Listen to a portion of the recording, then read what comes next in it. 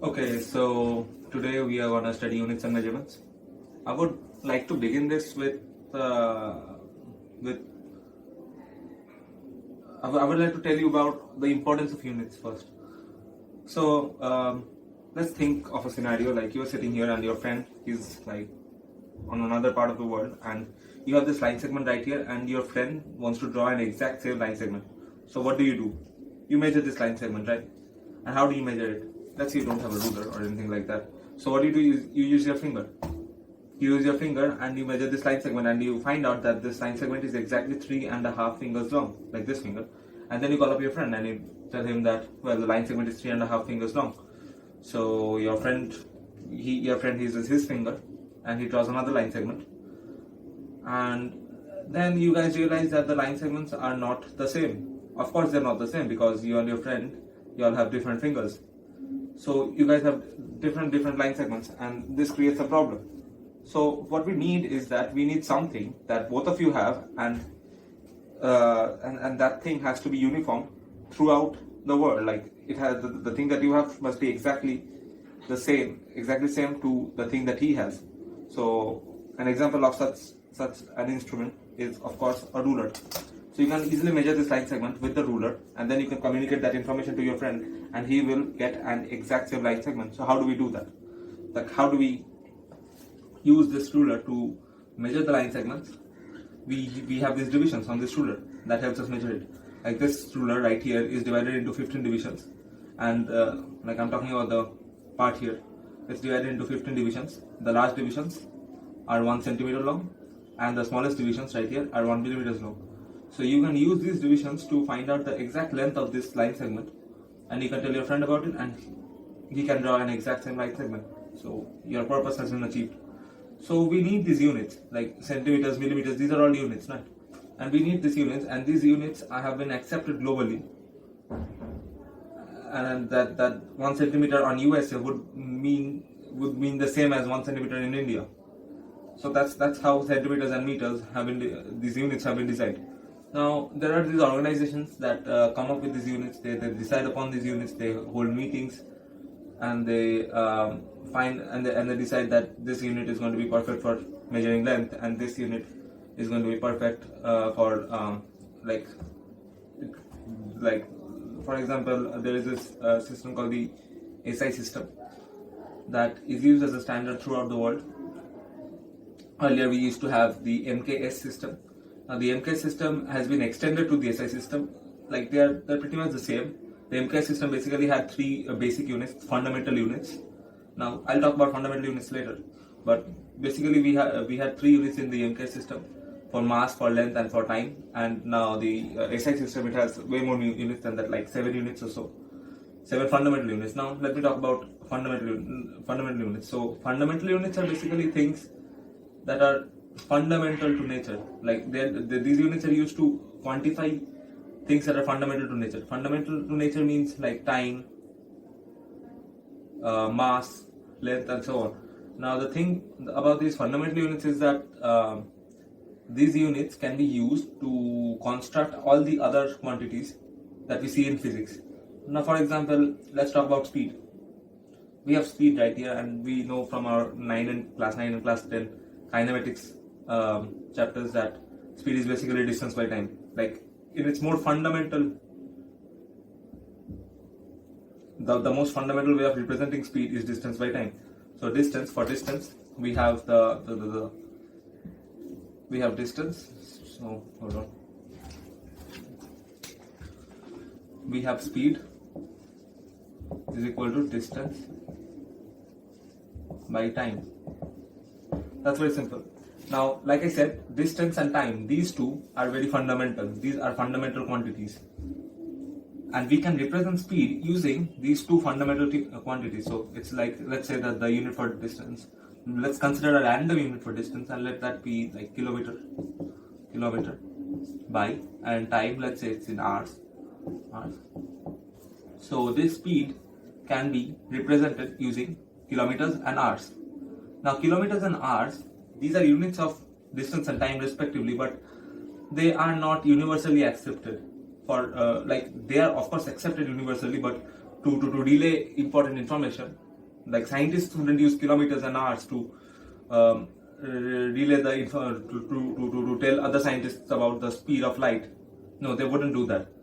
Now the scientists, they have come up with a solution for it's not, I haven't told you about the problem yet, but I will tell you about the problem first. Wait.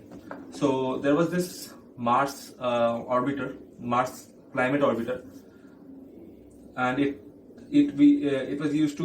was supposed to get information about the climate in Mars, but we somehow lost it in 1999 for something related to this. So the manufacturers of the Mars climate orbiter, they had given some of the data in pounds or system or units that are used in like Europe.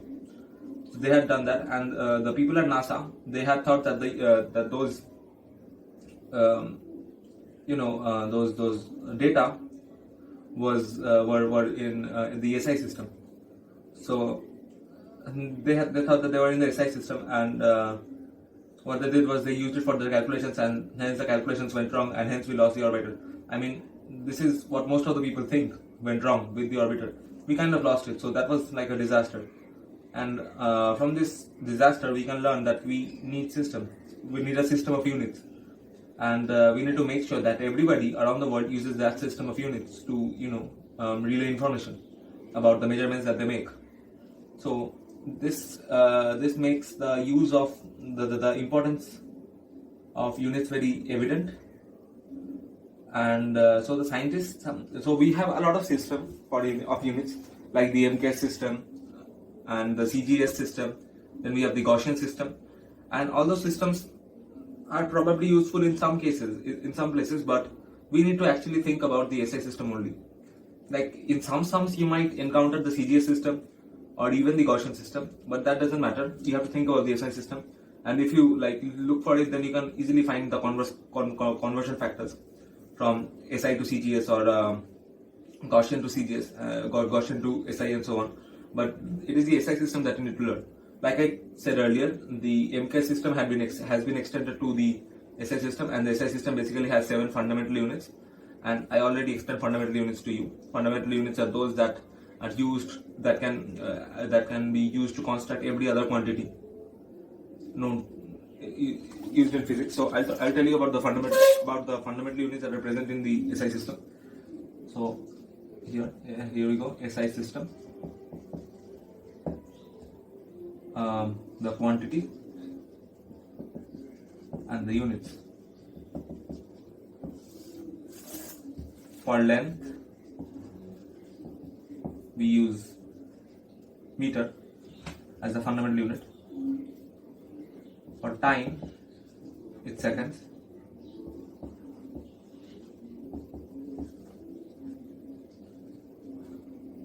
For mass, is kilograms.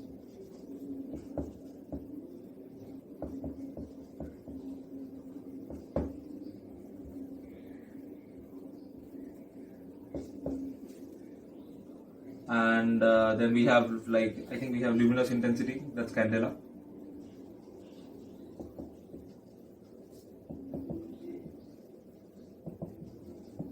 It's CD, I think, candela. And then we have we also have amount of a substance, that would be mole. We have amount,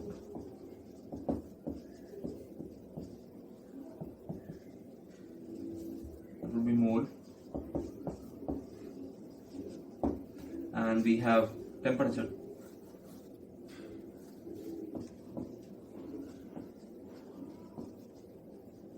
And it's Kelvin.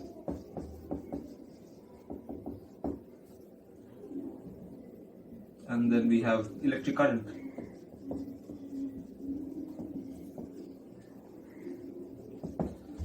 And electric current is amperes.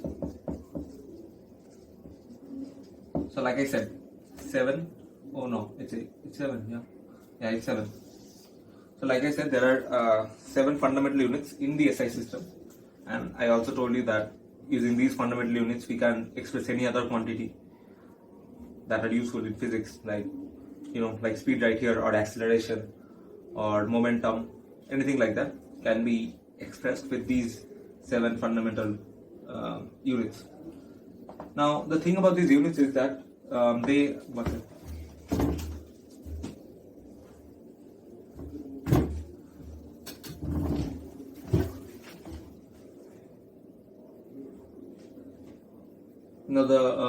thing about these units is that they are accepted globally, and the scientists have decided upon that.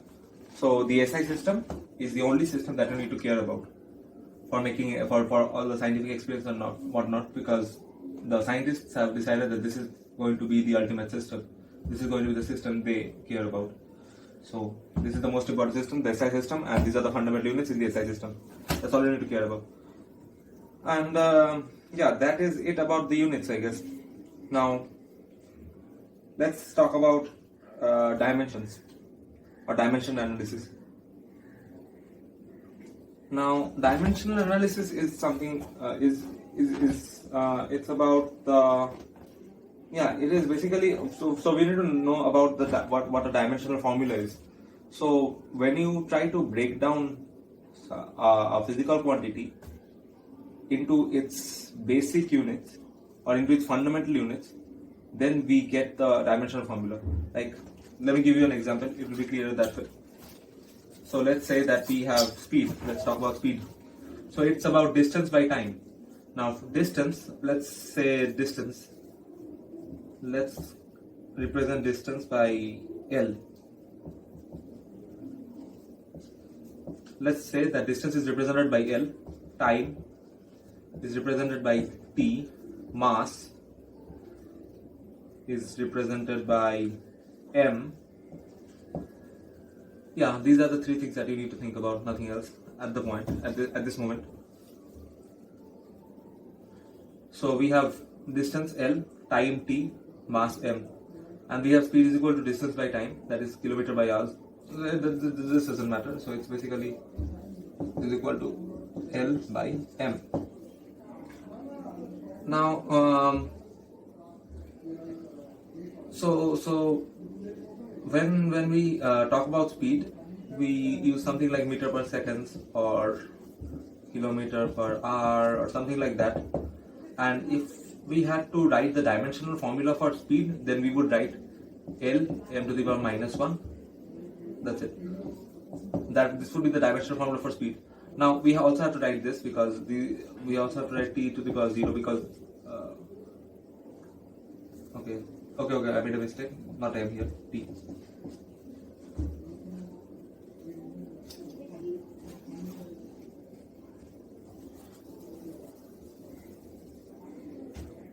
So basically, if we had to write the dimensional formula for speed, it would be like L t to the power minus 1 m to the power 0.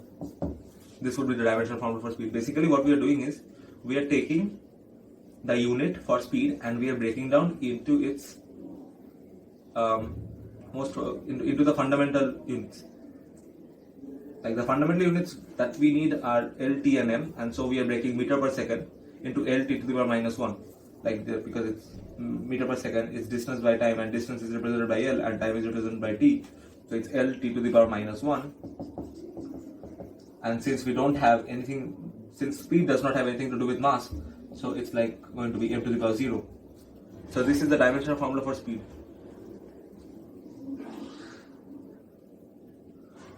Yeah, so this is like the dimensional formula for speed. And let's talk about some other physical quantities that we will be needing in mechanics, like force and momentum and stuff like that. And let's explore the dimensional formula too. I hope you have this one noted down. This is not important. This one is important, so I hope you have noted this down and we can move on.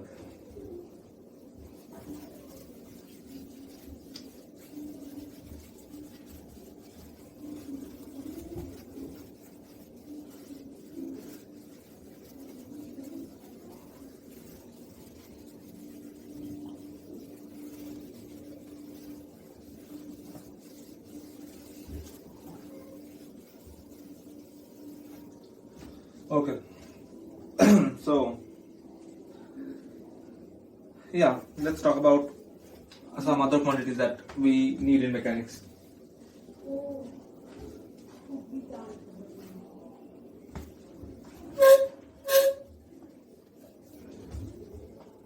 Let's start with force. We know that force is equal to like mass times acceleration. So mass is basically m. I just told you mass is given by m is time t and length cell, and this is basically speed by time, and speed is basically what, length by time divided by time, because it's speed by time, and so this is it. So force is basically m into L by t square, basically, which is ml t to the power minus 2. So this is the dimensional formula for force. Now let's find the dimensional formula for momentum. It's basically mass times velocity, which is m times L times t to the power minus 1, because it's L by t, so it's ml t to the power minus 1. That's the dimensional formula for momentum. So we have force, momentum, and what else do we need? I just told you about acceleration and velocity, so those are out of the way. And then we have work. It's like force times distance, right? So it's ml t to the power minus 2. That's the dimensional formula for force. And since we're talking about the dimensions, we can like multiply the dimension for force and the dimension for distance, and we will get the dimension for work. This is important, and you may keep it in mind. Square t to the minus 2. This is the dimension for the dimensional formula for work. So, like, let me tell you what I did there. For finding the dimensional formula for work, we know that work is basically force times distance. Like these formulae that I'm using, the formula for work as force times distance, this is a very basic formula for work. Like, this is not the exact way work is defined in physics, but this is a very basic approach for work. Like, we will learn about this later, and like I said here too, momentum and force is mass times acceleration. Like, we will talk about these later, but the definition for work here is very basic, and this is not always true, and for it to be true you need to understand what distance and force exactly stand for in here. So it doesn't matter, but let's say that we are talking about we are trying to find the dimensional formula for work, and we know the formula for work, it's force times distance. So the dimensional formula for work will basically be the multiplication of the dimensional formula for force times the multiplication, like the dimensional formula for work will be the dimensional formula for force times the dimensional formula for distance, which is ml to the minus 2, the dimensional formula for force, times L, the dimensional formula for distance, and we get this, the dimensional formula for work. So these are the dimensional formulae, and by now you must be wondering, like, why do we need these dimensional formulae? Like, why are these important? I'll tell you about that too in a bit. So the dimensional formula, the dimensional analysis, like this, all these things are called dimensional analysis. Everything here, and we need it for a number of things. Like, for example, let's say that you have been given a formula. This is one of the uses of dimensional analysis. You have been given a formula, and somebody asks you to check whether the formula is actually correct or not. Now, the formula may be wrong or it may be correct, but using dimensional analysis, you can tell if the formula is not wrong. Like, if the test of dimensional analysis fails, then you can be sure that the formula is wrong. So it is like a test. Like, you can use it to test whether formulas are wrong or not. Like, I'll give you an example. I hope you have noted this down. You don't need to note this down, just need to understand, because you already know all these things from your 11 and 12.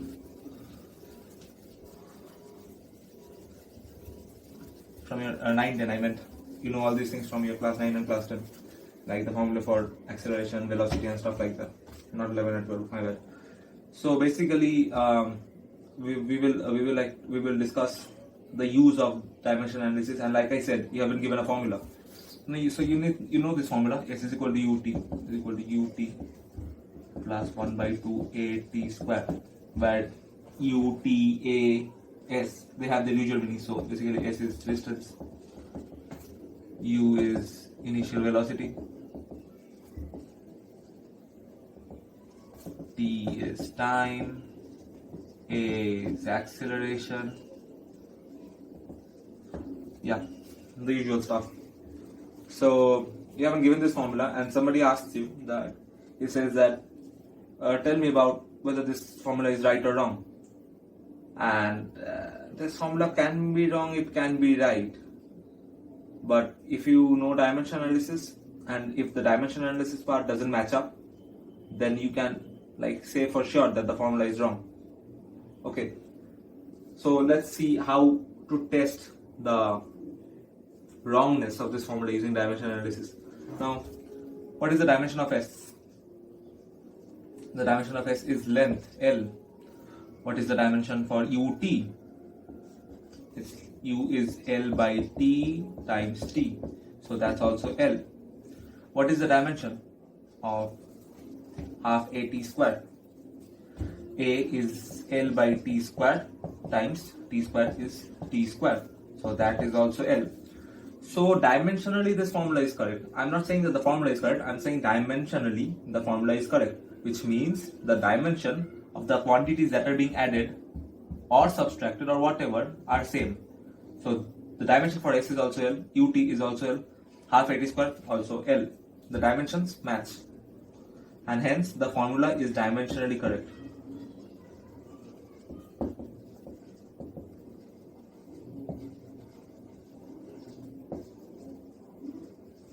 So this is the takeoff. This is our first takeaway from dimension analysis.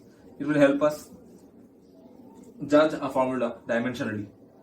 Now the formula may or may not be correct. I'm repeating myself several times just to make sure that you understand that the formula may or may not be correct, but it is correct dimensionally, because the dimensional formula for S and the dimensional formula for ut and the dimensional formula for half AT square match up to L, and hence the formula is dimensionally correct. So you can use dimensional analysis to check the dimensional correctness of a formula. Now, if you have been given a formula and you don't know whether the formula is correct or not, but you use dimensional analysis and you found out that the formula is not dimensionally correct, it is not dimensionally correct, it would mean that the formula is not correct either. Like, for a formula to be correct, the formula has to be dimensionally correct. Like, if a formula is dimensionally correct, then it may or may not be correct, like totally, like in all. But if it is dimensionally incorrect, then the formula is definitely incorrect. So let me write it down. If a formula is dimensionally incorrect,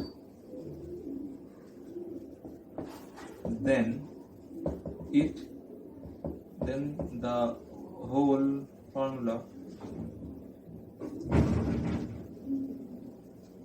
is definitely incorrect. But there is also something else, dimensional correctness.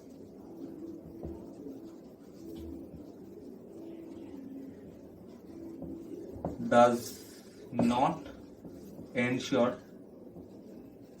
the correctness of the formula. So these 2 points need to be kept in mind. Like, you can note them down, or you can just like keep this in your mind, doesn't matter. But you have to understand this. So I just showed you how to use dimensional analysis to analyze our equation. This is an equation. To how to use dimensional analysis to analyze an equation correctly. I mean dimensionally. That's what I meant. So you have, I hope you have understood this by now. And then there are some other uses of dimensional analysis too. Like you can convert. Okay, hold on. Let's see something if I'm missing something.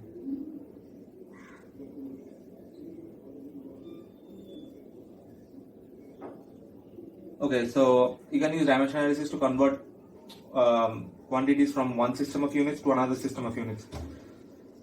I'll have to explain this with an example. So I'm going to rub this out. I hope that won't be a problem.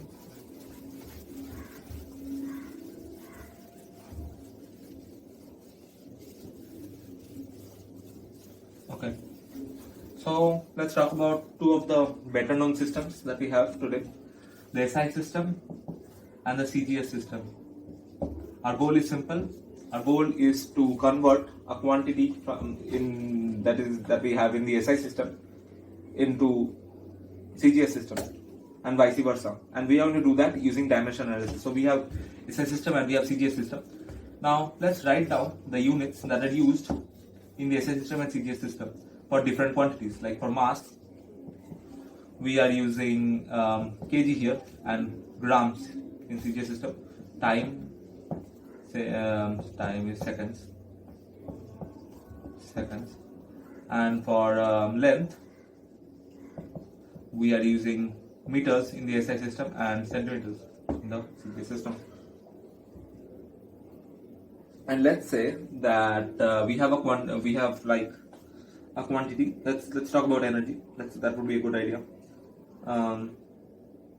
Okay. Let's talk about how we would represent a quantity here. So we have the unit, which comes like, let's say we are talking about distance. So distance is 5 meters.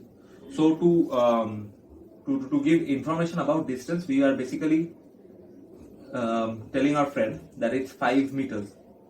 Now this 5 meters right here, it has two parts, 5 and m. M is the unit and 5 is like the magnitude. Okay, so any quantity will have these two parts, the magnitude and the unit, and we will need the magnitude as well as the unit to communicate information about that quantity accurately and perfectly. Okay, so this part is simple. And so let's say that we have energy. The unit for energy in the SI system is joule, and we know how joule can be broken down into kg, m and s, kg, meters and seconds. We just learned that in like 10 minutes, 5 minutes back. So the unit for energy, like these are fundamental units by the way, and the unit for energy in the SI system is joule, and in the CGS system it's calorie. Now this calorie is made up of these things, gram, seconds and centimeter, and joule is made up of kg, seconds and meter. Okay, so 1 second.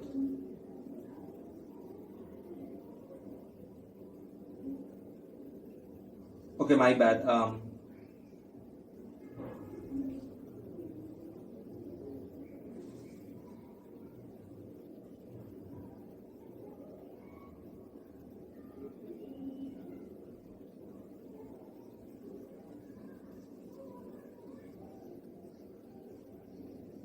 Okay, my bad. Like I said, this won't be calorie, it's obviously arg. I was confused with this one. Don't worry. So the SI unit, the CGS system unit for energy is arg. I kind of forgot because, like I said, we don't use the CGS system that often. And the arg basically uses grams, seconds and centimeter, and joule uses kg, seconds and meters.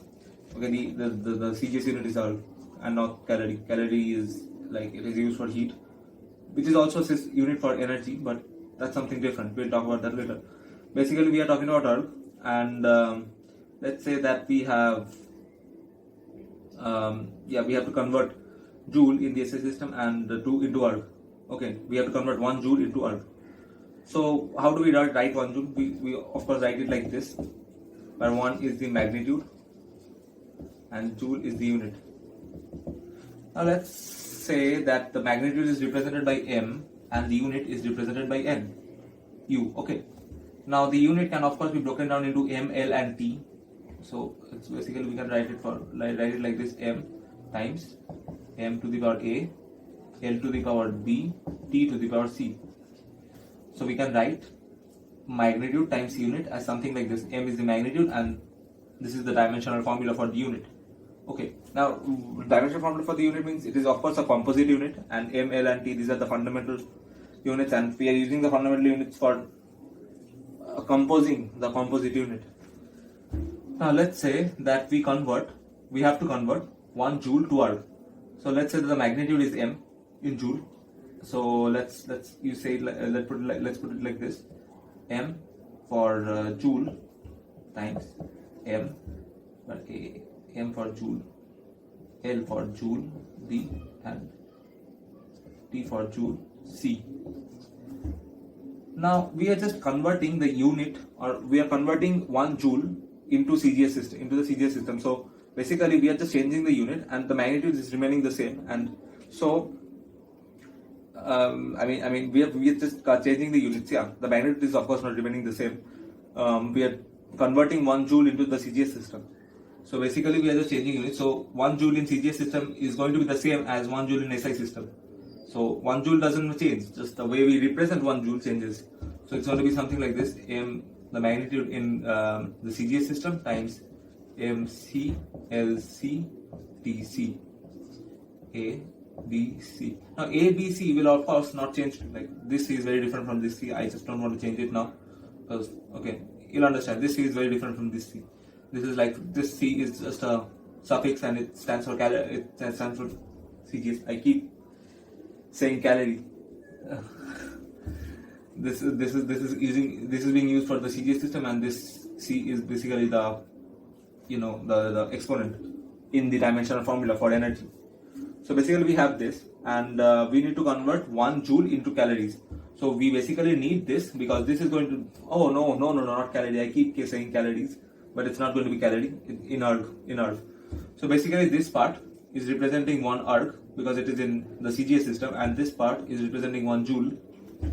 And we need to find this because we need to find 1 joule is equal to mc erg. So we basically need to find mc. So how do we find mc? It's basically mj, and we divide this b tj to the power c divided by mc to the power a, lc, tc to the power b and c. And hence, using this formula right here, we will find the magnitude that will come before erg. Then we convert 1 joule into 1 erg, into erg. So this is going to be so mc is equal to, we know that mj, the magnitude for joule, is 1, and the fundamental unit for mass in 1 joule in the SI system. This is for the SI system and this is for the CGS system. Okay, so this is for the SI system and this is for the CGS system. You know what? Let's do something. Let's convert all the j's into s, because this stands for SI system and this is for CGS system. So it's s. Yeah.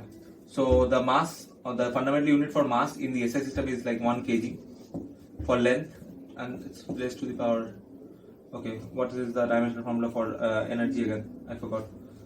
So it's like force into distance. Let's just find it here. Force into distance. Force is mass m l by t square. Force into distance is m l square p to the power minus 2. This is the fundamental unit for this is the dimensional formula for energy. Yeah, so it's m to the power 1. So a, b and c. So from here we can say that a is equal to 1, b is equal to 2, c is equal to minus 2. So it's 1 kg to the power 1 times l is 1 meter to the power 2 times 1 second to the power 2.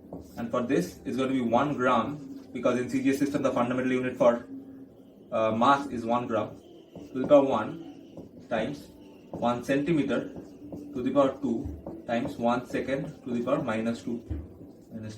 Okay, so basically we have to find MC now. So 1 second, this thing gets cancelled out, and 1 kg is like 1000 grams. So for 1 kg by 1 gram to the power 1, we get 1000, and 1 meter is like 100 centimeters. So below we have 1 meter by 1 centimeter will give us 1 by 100, and we have a whole square, so it's going to be like 100 square. So it's basically 10000 is equal to 1 by 10. So we have found out MC, and MC is equal to 1 by 10.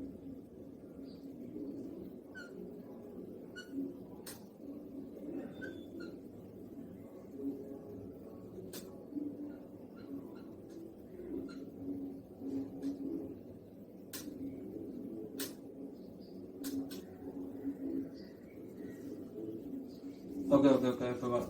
I did a mistake right here. Sorry.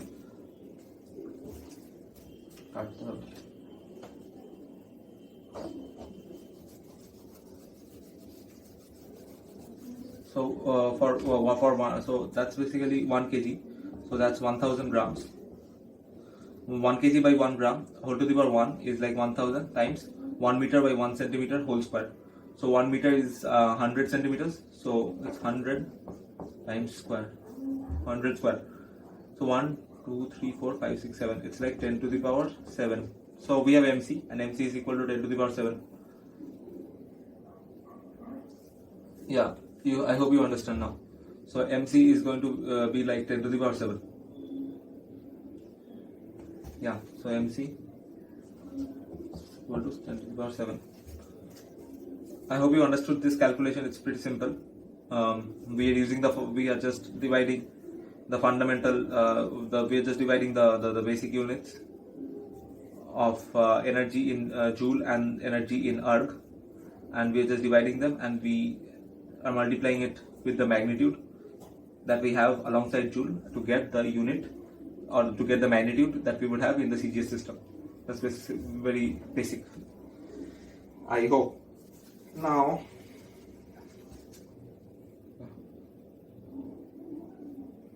okay, the video is already 37 minutes long. Never mind. So yeah, we now have MC is equal to 10 to the power 7. I hope that's clear. We have this was another application of dimensional analysis. Now, in the same way, we can also use this dimensional analysis thing to convert kilometer per hour into meter per second. It's going to be pretty simple.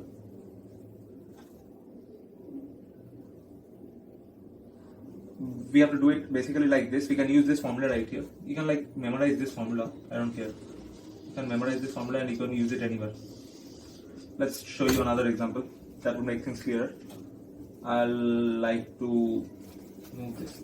So basically what we are doing is we are converting 56 kilometers per hour.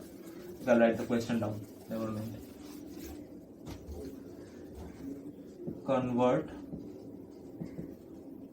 54 kilometer per hour into meter per second.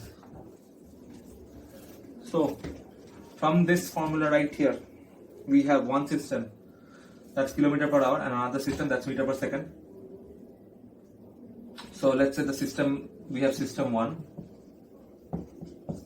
kilometer per hour and system 2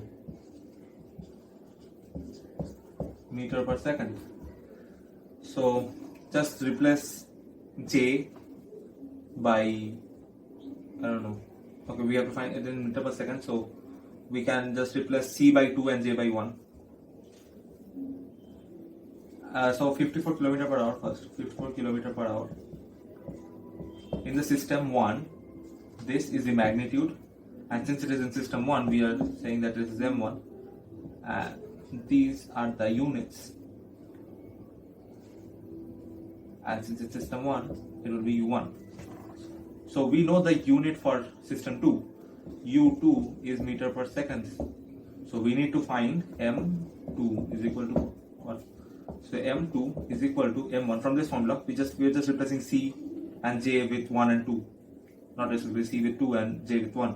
So m2 is equal to m1.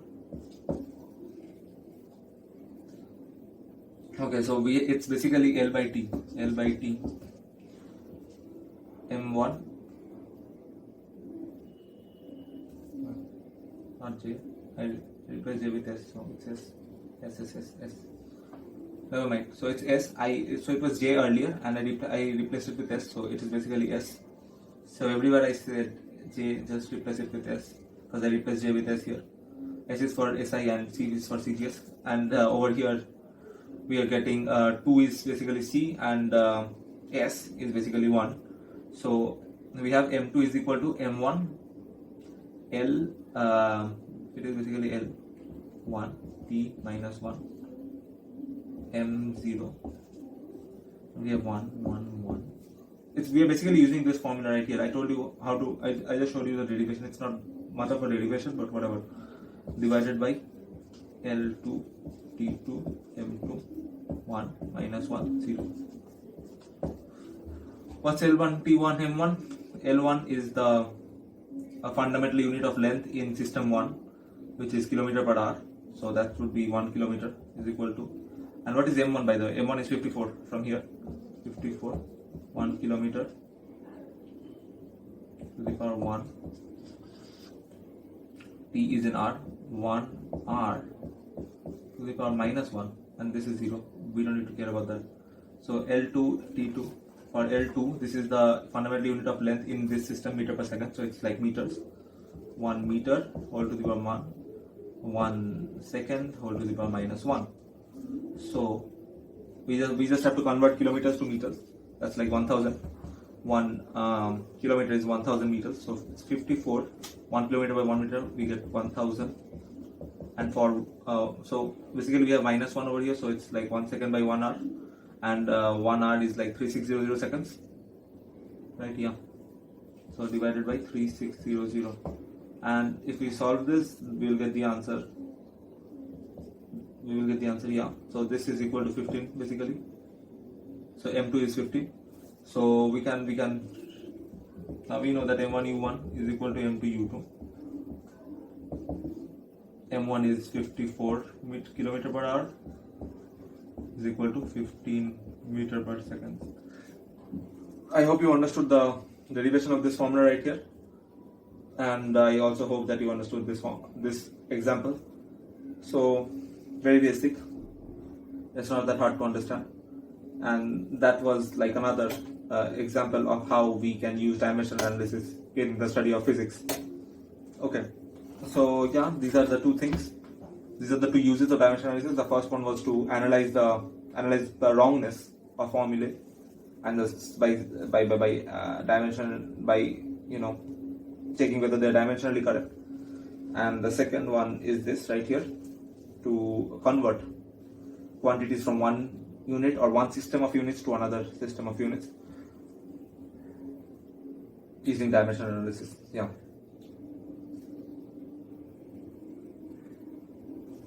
Moreover, we can also use the dimensional analysis to derive formulae.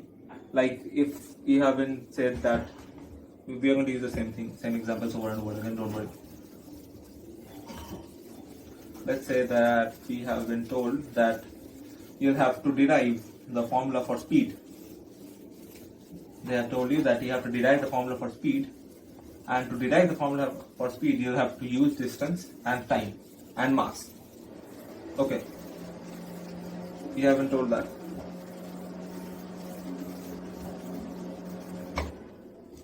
One second.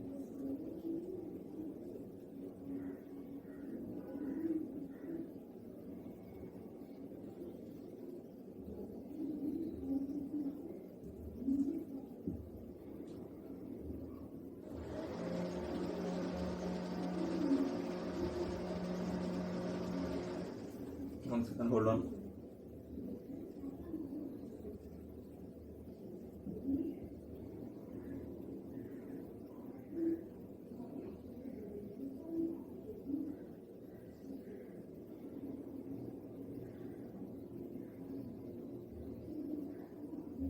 Yeah, we have been told that you'll have to find the formula for speed. Now speed is very basic, so it won't be that difficult for you to like grasp the use of dimension analysis in this case. Let's take a different quantity. Let's say that you'll have to find the centripetal force. What is the centripetal force? Not necessary. Centripetal force is basically a force, and the teacher, whoever has said the question, and he has told you that you'll have to find the formula for derive the formula for centripetal force, and you'll have to use the following quantities.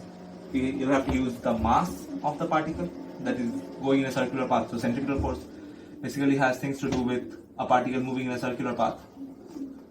So of course we are talking about a circular path here, and the particle that is moving in the circular path, let's say it has a mass m, and the radius of the circular path that the particle is going around is r, and let's say the teacher has also told you that you'll also have to use the velocity of the particle to derive the dimensional formula, or to derive the formula for this right here. For force, for centripetal force, you'll have to use these three quantities: the mass of the particle, the radius of its path, and its velocity. By velocity I mean the velocity perpendicular to the radius. This is the velocity that we are talking about. Your teacher has given you mass, radius, and velocity, and you have to use these three quantities to find out the centripetal force.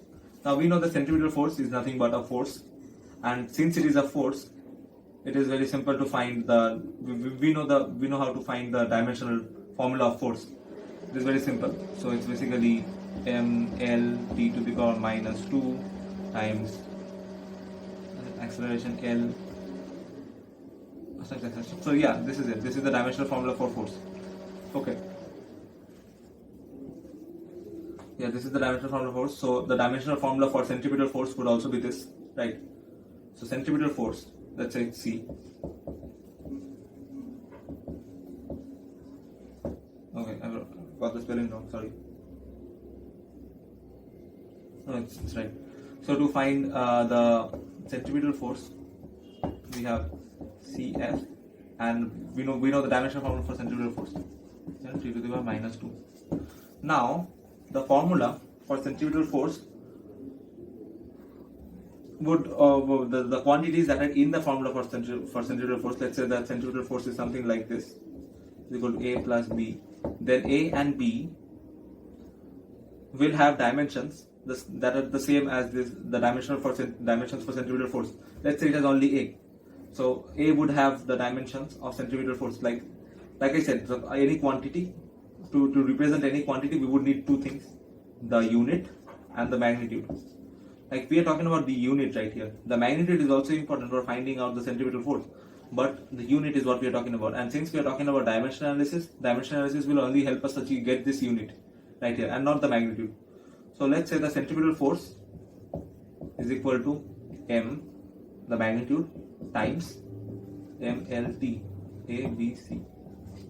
Let's say that we are talking about the CGS system right here. Doesn't matter. Basically, we are talking about the units. Since it is force and since it is like force, we can say that A is equal to 1, B is equal to 1, C is equal to minus 2. Since we are talking about force here. So, and we have also been told that the formula has to be derived using mass, radius, and velocity. And let's say that in the formula there is only one term. So yeah, so that term will have mass, radius, and velocity in it. Now let's see how it is done. Okay, let's talk about the dimensional formula for mass. It's m, mass. Radius is L because it's a length, right? And velocity is ml to the minus 1, right? So we know this, and we know it has been told that centripetal force is going to be a combination, a product or division or whatever of these ml and ml to the power minus 1. So let's say that Cf is definitely going to be m for the magnitude. Let's say it's k times m to the power p L to the power q m. Better, let's write the whole thing down. Mass to the power p, radius to the power q, velocity to the power r is equal to k m to the power p. Now we are writing the dimensional formula down. L to the power q, and velocity is, okay, this is wrong. I keep writing the dimensional formula wrong, sorry. L t to the power minus 1, that's the dimensional formula for velocity. That is the dimensional formula for velocity. So we have m to the power p, L to the power q, and velocity to the power r. So L t to the power minus 1 to the power r. So that would be k m to the power p, L to the power q, L to the power r, t to the power minus r. So you simplify this, you'll get k m to the power p, L to the power q plus r, and t to the power minus r. Okay, so by so this fetches us this, and this thing right here, this dimensional formula with right here would have to be equal to the exactly equal to the dimensional formula will have to be exactly equal to the dimensional formula for centripetal force. So what is the dimensional formula for centripetal force? We found it right here, the dimensional formula for force. So m to the power p, L to the power q plus r, and t to the power minus r must be equal to m to the power 1, L to the power 1, t to the power minus 2. Now all you have to do is compare the exponents and you will get what you want. P is equal to 1, q plus r is equal to 1, and t and r is equal to 2. So of course q is equal to minus 1. Okay, so we found this from here, and we know that Cf is equal to mass to the power p, r to the radius to the power q, and velocity to the power r. So now we can say Cf is equal to k times mass plus m to the power of p is 1, radius to the power of q minus 1, and velocity v to the power of 2. That's r is equal to 2. So Cf is equal to k mv square by r. So we have found the formula for centripetal force without even knowing what centripetal force is. So that's somehow tells us how important dimensional analysis is. But there is this constant right here that is preventing us from getting the exact formula of centripetal force.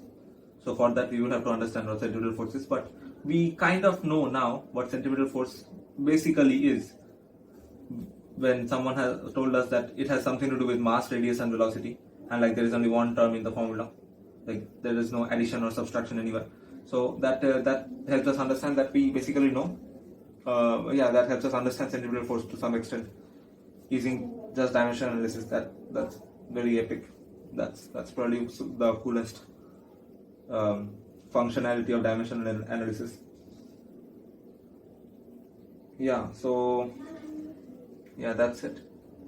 So I just taught you the importance of units, and I also told you about dimensional analysis.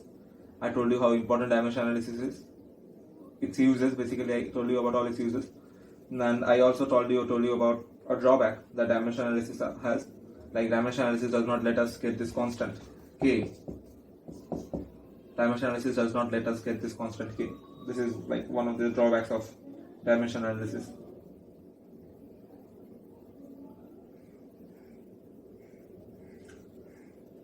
So